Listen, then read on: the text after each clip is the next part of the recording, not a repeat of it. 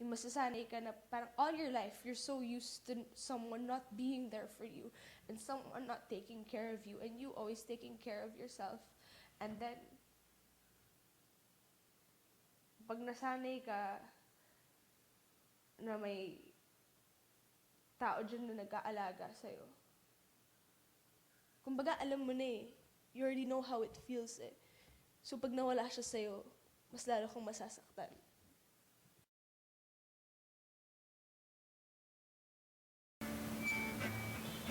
Pinipilit kong isipin na meron talaga akong kadamay. Pero kung tutuusin, mag-isa lang talaga ako. Kaya,